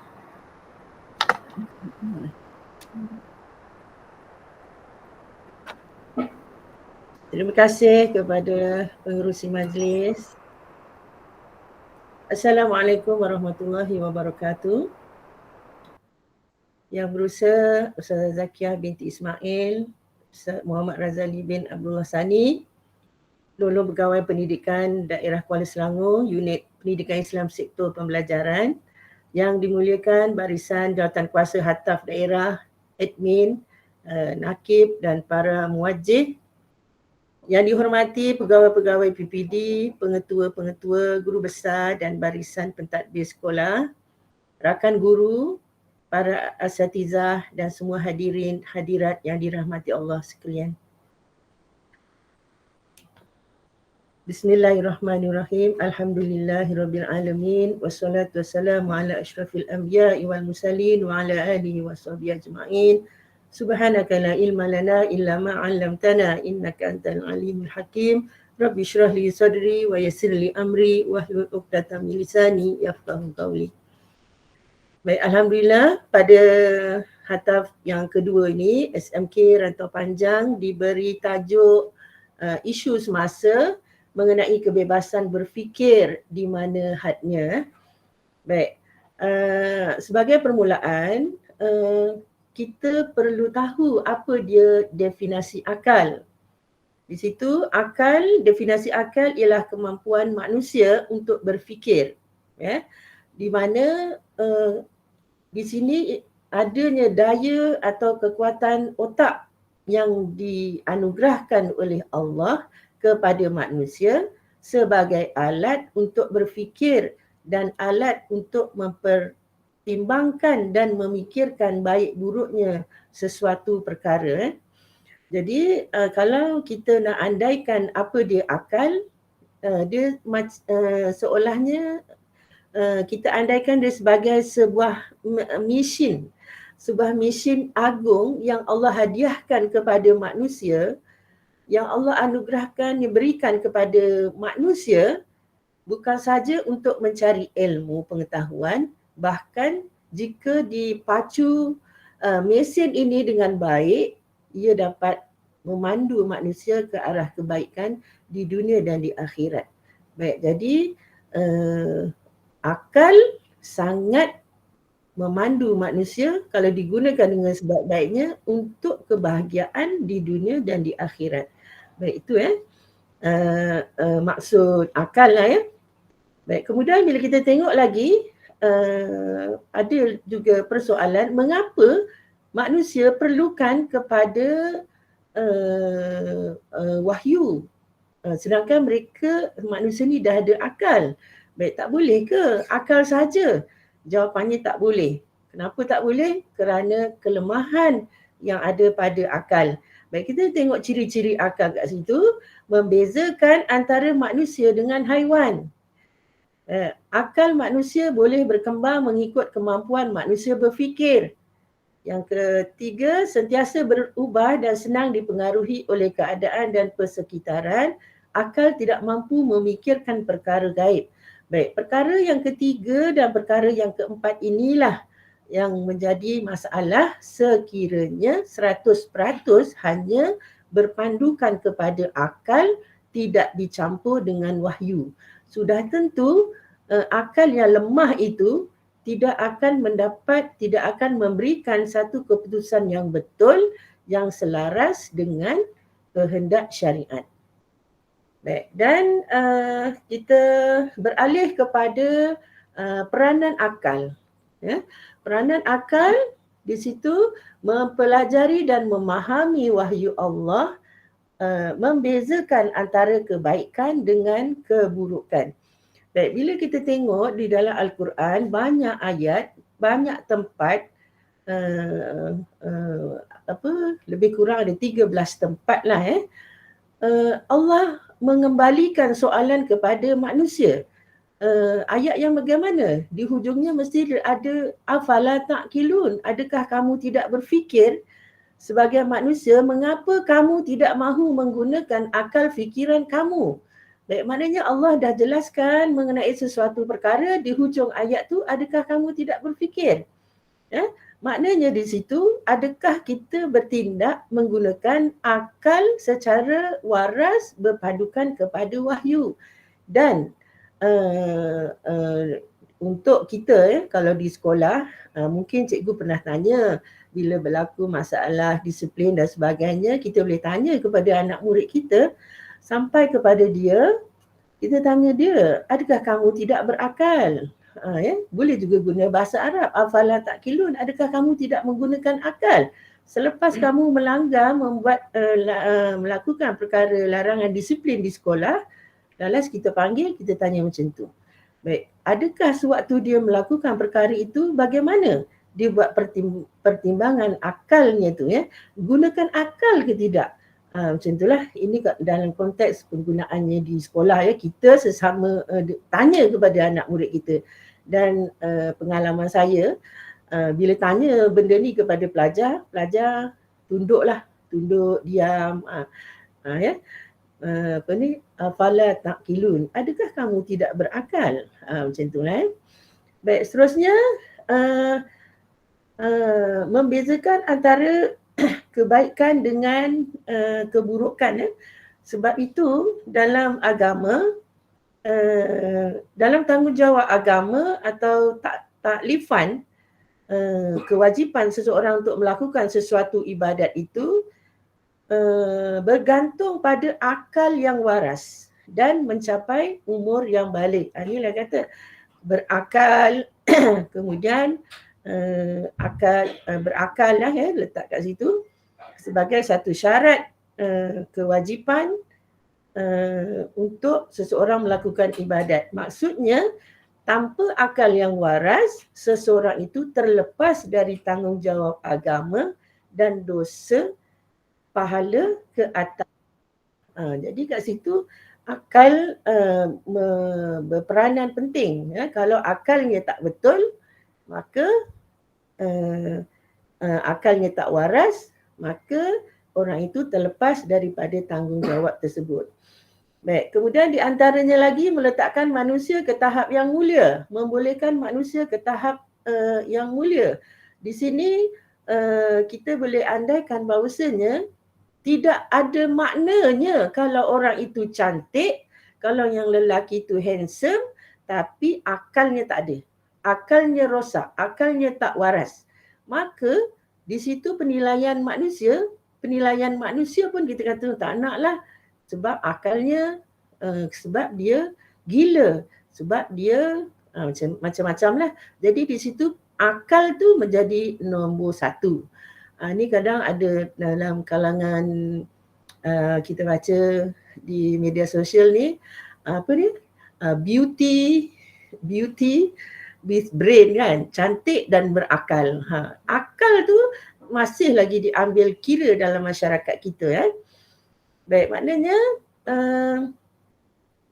untuk seseorang itu melakukan sesuatu ibadat tadi yang diambil kira tu, dia mesti boleh, akal itu boleh membezakan. Kalau dia tak ada ilmu nak membezakan, dia kata tak boleh ke?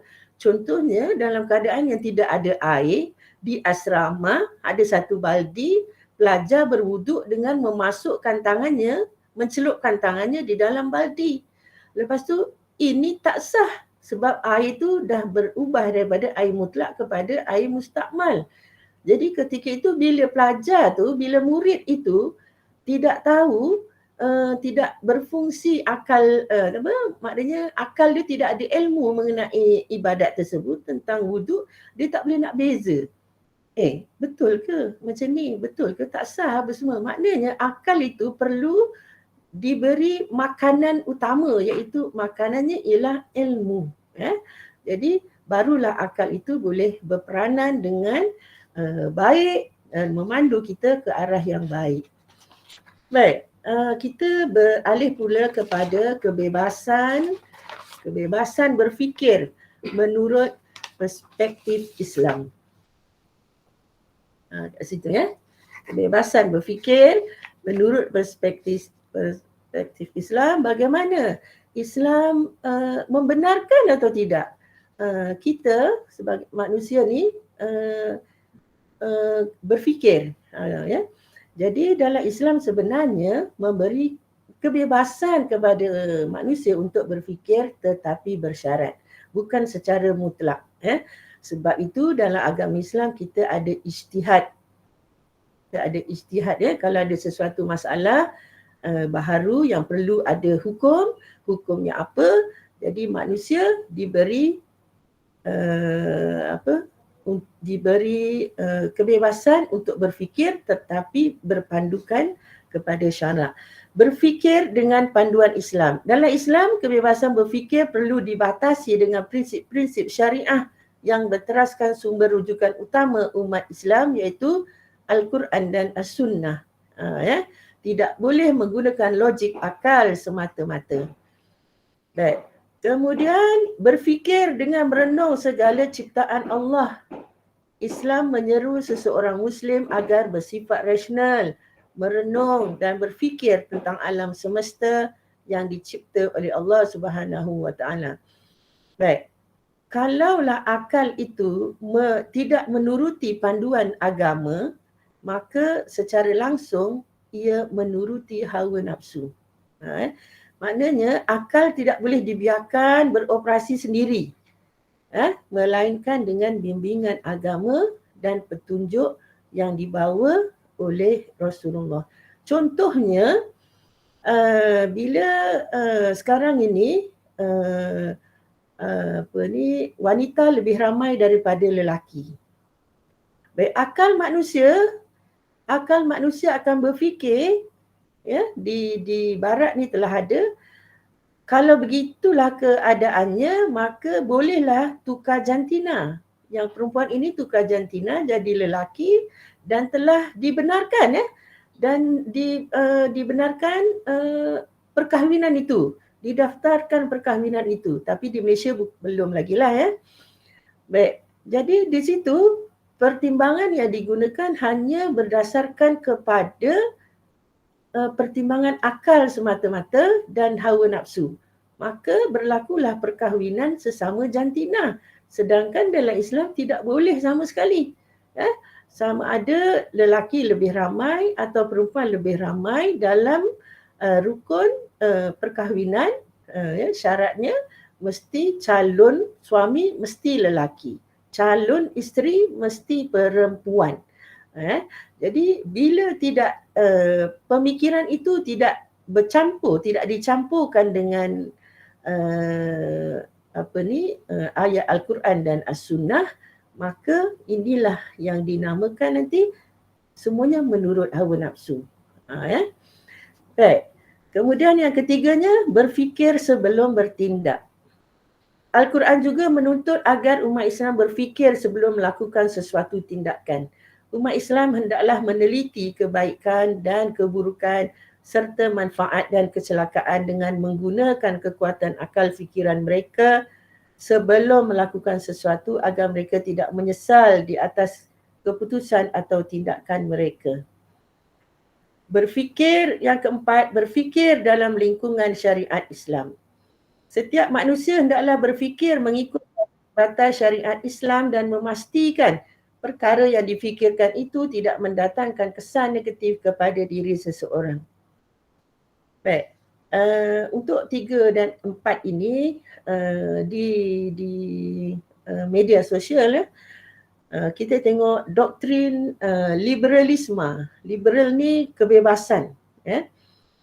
Mengikut doktrin liberal ni tidak mahu akal terkongkong dengan panduan agama.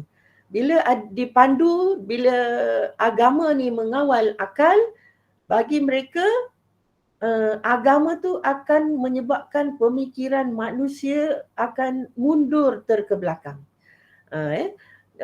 Seolah-olah agama tu akan menyekat kebebasan berfikir mereka. Semua tak boleh, ini tak boleh. Menjadikan pemikiran mereka terus mengikut arus apa yang difikirkan oleh akal semata-mata tanpa berpandukan kepada agama. Tetapi menurut agama Islam, pemikiran kita tidak boleh begitu. Walaupun ada kebebasan berfikir yang saya dah sebut di awal tadi, tetapi lingkungan kita berfikir itu masih lagi dikawal oleh batas-batas syariat Islam. Okey. Sekarang masuk kepada isu semasa, apa yang berlaku. Kita tengok sekarang manusia berfikir sewenang-wenangnya. Ini manusia berfikir sewenang-wenangnya. Contoh kat sini ialah puak mujassimah. Puak-puak ni dia membuat gambaran zat Tuhan dengan menyifatkannya dengan sifat-sifat baharu makhluk, jelas bertentangan dengan fahaman sebenar. Fahaman ini memahami bagaimana Allah Maha mendengar, Allah Maha sebagaimana yang kita belajarlah, yang kita ni, Allah Maha mendengar, Allah Maha melihat. Tetapi puak mujassimah ini menggambarkan Allah Maha melihat. Macam mana mata Allah? Bagaimana telinga Allah? Disamakan dengan gambaran zat Tuhan tu dengan sesuatu dengan sifat-sifat baharu macam makhluk. Jadi pemikiran dia begitu memang tak boleh lah. Kita hanya boleh berfikir mengenai kekuasaan Allah. bagaimana kekuasaan Allah, tidak boleh berfikir mengenai zat Allah. Ni ya. Jadi kat situ akal manusia terbatas, apatah lagi untuk mengkaji dan memikirkan tentang perkara-perkara gaib. Ini ada dalam surah Asy-Syura ayat 11. Maksudnya, tiada sesuatu pun yang setanding dengan zatnya, sifat-sifatnya dan pentadbirannya, dan dialah yang maha mendengar lagi maha melihat. Kita hanya tak mampu, manusia tak mampu nak mengetahui perkara-perkara gaib. Zat Allah lebih daripada yang kita belajar. Allah maha mendengar, Allah maha melihat. Itu saja keimanan yang kita ajar, yang kita belajar, yang kita ajar kepada anak murid kita, tetapi tidak boleh sampai melebihi itu sehingga memikirkan bagaimana zat Allah. Bagaimana Allah mendengar macam mana, Allah melihat macam mana. Baik, pemikiran manusia tidak akan sampai untuk memikirkan perkara-perkara itu, dan jika ia diteruskan sangat bahaya kepada manusia, sangat akan rosak akalnya. Ya. Baik. Kemudian yang kedua, berfikir mengikut hawa nafsu. Berfikir mengikut hawa nafsu, ini saya ringkaskan. Menganggap bahawasanya nilai dalam nilai agama, setiap agama tu sama. Macam kat sini contoh bid'ah akidah yang wujud dalam negara kita pada hari ini adalah idea pluralisme yang menyamakan kedudukan dan menganggap sama semua agama. Pendukung ideologi pluralisme yang cerdik sedikit tidak akan mengatakan semua agama adalah sama secara langsung, tetapi dia mengatakan nilai-nilai semua agama yang baik boleh diterima. Sedangkan sebagai umat Islam, kita wajib meletakkan kepercayaan dan keimanan bahawasanya sesungguhnya agama di sisi Allah hanyalah Islam. Surah Ali Imran. Okey, baik. Kemudian yang cukup bahaya ialah di sini, ni di sebuah universiti lah pernah berlaku, agama lain dia kata agama you ada tasbih, ada pegang tasbih. Dia kata sama dengan agama dia pun ada tasbih. Baik, kemudian agama Islam ada berzikir, ada berwirid. Samalah dengan agama saya pun ada wirid, ada berzikir. Baik, di situ pertimbangan akal bagi umat Islam, kita fikir, sama ke agama kita? Kata, samalah agama kita dengan agama lain. Kalau sampai ke peringkat itu pun cukup bahaya. Di sini kita kena campurlah dengan syariat Islam dengan apa yang ada dalam Al-Quran yang mengatakan bahawasanya yang diterima di sisi Allah hanyalah agama Islam. Kita ada wirid, agama lain ada wirid, tetapi adakah sama wirid dia dengan wirid kita? Wirid kita penuh dengan nak mendekatkan diri kepada Allah, akan mendapat ketenangan, akan lebih hampir kepada Allah. Baik, kita punya wirid, kita punya zikir sangat istimewa, tak sama dengan agama-agama lain. Baik, kita sebagai guru, kadang-kadang bila anak murid kita ada tanya benda-benda sama lah Ustazah, dia kata dia pun ada kata, kita perlu tekankan betul-betul tak sama. Agama kita agama Islam, agama yang hanya diterima, satu-satunya agama yang diterima oleh Allah Subhanahu Wa Taala. Baik, ni ya. Kemudian yang ketiga, tidak menghargai nikmat akal yang dikurniakan. Kesan yang timbul akibat daripada manusia tidak memimpin akal ke arah kebaikan, maka akan berlakunya kerosakan dan kemusnahan di bumi Allah. Baik. Contohnya apa? Banyaklah ciptaan-ciptaan, makanan-makanan yang diambil kononnya untuk menenangkan akal, untuk menggembirakan manusia, untuk menggembirakan kita. Tapi sebenarnya apa yang diambil itu boleh merosakkan akal, tidak menghargai nikmat akal ya. Contohnya dengan mengambil makanan, minuman yang boleh merosakkan akal, kanak-kanak lagi dah ambil makanan yang begini. Baik, dalam masyarakat kita kan. Jadi benda-benda ni kita cukup risau, ya, kerana dia akan merosakkan akal sedikit demi sedikit, akan lemah untuk memikir dan seterusnya, tidak boleh menyumbang untuk kemakmuran alam, ya. Ini juga telah ada dalam masyarakat kita. Baik, hadirin sekalian, untuk tugasan yang seterusnya, untuk kesimpulannya SMK Rantau Panjang, kami nak kaitkan konsep kebebasan konsep berfikir ini dengan tema Aidilfitri yang dinyatakan, iaitu syariat dijunjung, adat disanjung. Pertama sekali, dari sudut bersyukur, diberikan rezeki menyambut Syawal, diberikan akal fikiran menyambut dengan sederhana. Baik, pertama sekali ketika kita nak menyambut Syawal, saya rasa satu minggu, di minggu-minggu akhir nak menyambut Syawal, 10 malam yang terakhir bulan Ramadan, ketika kita bersungguh-sungguh untuk mendapatkan malam Lailatul Qadar, isu yang berlaku ialah ramai netizen yang mahu diisytiharkan bilakah tarikh sebenar untuk menyambut hari raya, hari Jumaat atau hari Sabtu, ya. Sedangkan pada masa tu kita kata, ya Allah, banyak lagi yang tak sempurna, banyak lagi yang kita nak buat untuk bulan Ramadan, tetapi ada sebahagian daripadanya, ya Allah tolonglah confirmkan nak raya ni bila, ya, dengan alasan saya nak menempah rendang, saya nak menempah macam-macam lah, nanti tak sempat dan sebagainya. Maknanya kalau ada dalam pemikiran yang begitu, sambutan hari raya itu lebih banyak dipengaruhi oleh adat, ya. Apa maksud? Sambutan hari raya mesti ada rendang, sambutan hari raya mesti ada langsir baru. Tetapi dalam syariat Islam,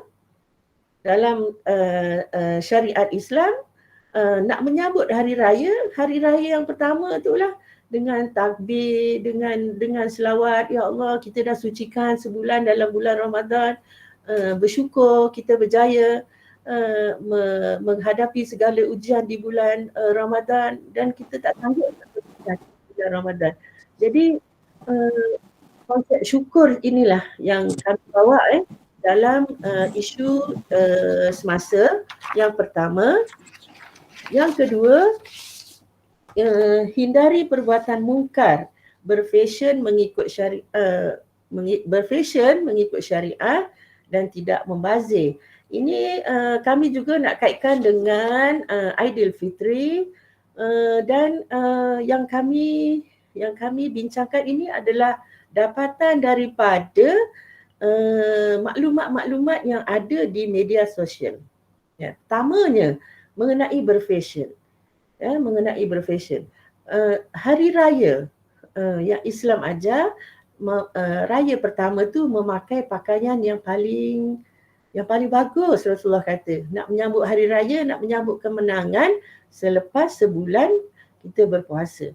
Baik, tetapi isunya ialah para rakan guru pun dapat melihatlah bagaimana, ya, kami melihatlah di sekolah sambutan hari guru. Dia kata tak sangka budak-budak ni, anak murid ni boleh berpakaian macam artis pakaiannya, ya. Dan itulah boleh, tak ada masalah nak berfashion, tetapi kenalah mengikut syariat. Yang keduanya, perkara pembaziran itu sangat banyak berlaku. Contohnya ketika open house, ambil makanan banyak-banyak, lepas tu tak habis, letak atas meja, datang lagi tetamu yang lambat datang atau yang baru datang, kita tengok sate penuh satu dekat pinggan. Dah siap campur, ada kuah kacang, ada kek, ada dalam tu. Kemudian makanan-makanan lain dah bercampur dalam satu pinggan. Baik, lepas tu takkanlah tetamu tu nak ambil walaupun makanan dah habis lah, sayangnya. Baik, satu hal lagi ialah tuan rumah yang terpaksa mengeluarkan duit yang banyak nak menyediakan makanan untuk tetamu-tetamunya.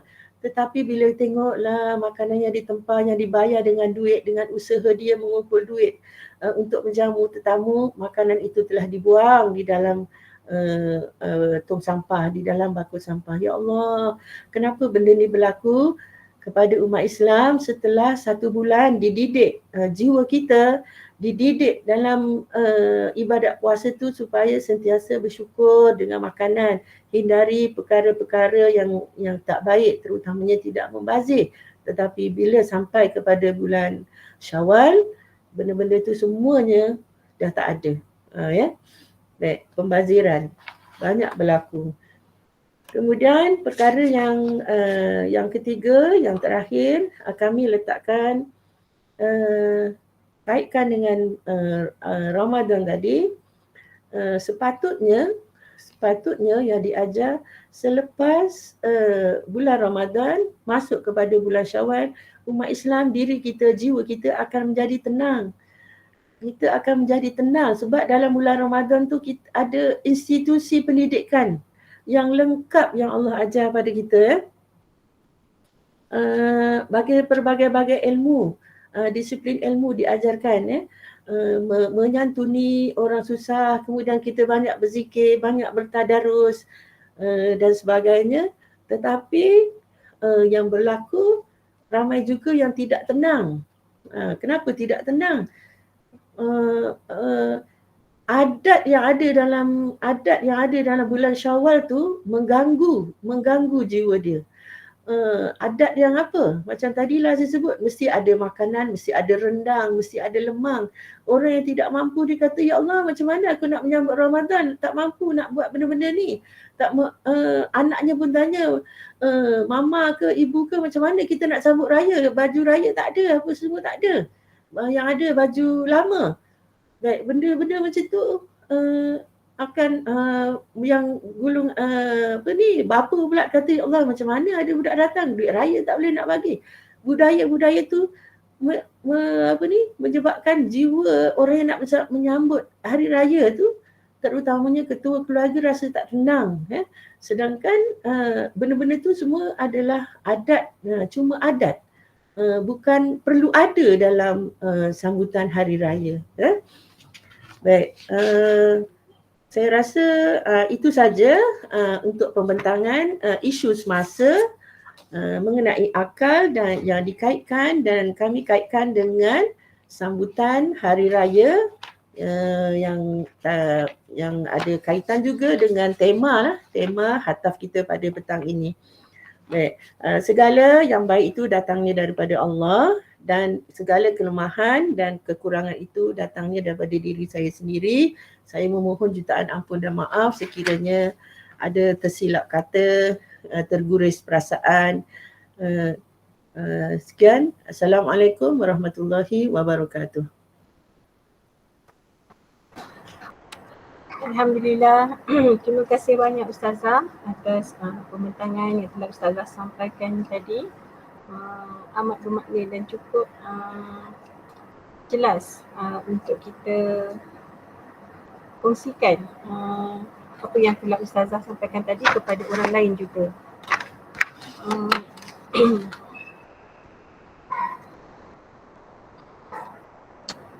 Kita hendaklah sentiasa bersangka baik dengan ketetapan Allah SWT, sederhanakan kebimbangan kerana masa depan itu ada dalam genggaman Tuhan. Tidak perlu kita sibuk menekan takdir, cukuplah kita memaksimumkan usaha, berdoa dan percaya bahawa hal-hal yang baik pasti datang. Baiklah, keempat-empat muwajih kita telah menyampaikan pembentangan pada hari ini. Semoga dapat memberikan kita manfaat agar kita memperoleh kebahagiaan di dunia dan di akhirat.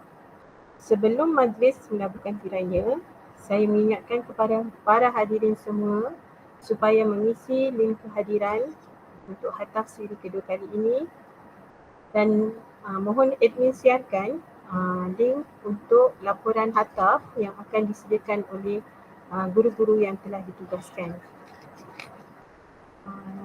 Jika ada sebarang pertanyaan dalam masa 5 minit ni, mohon ada siapa-siapa pembentang yang boleh menjawab soalan yang dikemukakan tadi?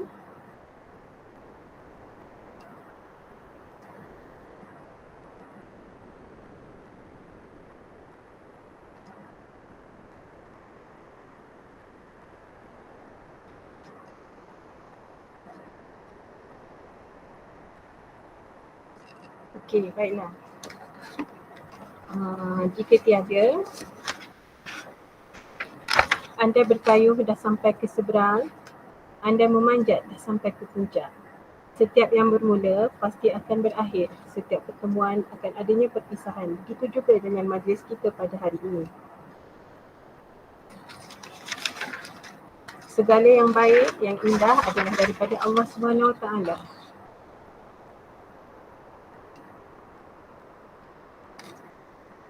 Dan yang sempurna juga adalah daripadanya. Segala kekurangan dan kelemahan daripada pihak kami dan kemaafan jua yang kami pinta. Sebelum kita mengundurkan diri, kita sudahi majlis kita dengan bacaan tasbih kafarah dan surah Al-As. Subhanallah. Bismillahirrahmanirrahim. Wal-As. إلا الذين آمنوا وعملوا الصالحات وتواصوا بالحق وتواصوا بالصبر. Wabillahi taufiq wal hidayah. Wassalamualaikum warahmatullahi wabarakatuh. Terima kasih semua. Mohon maaf zahir dan batin. Assalamualaikum warahmatullahi wabarakatuh.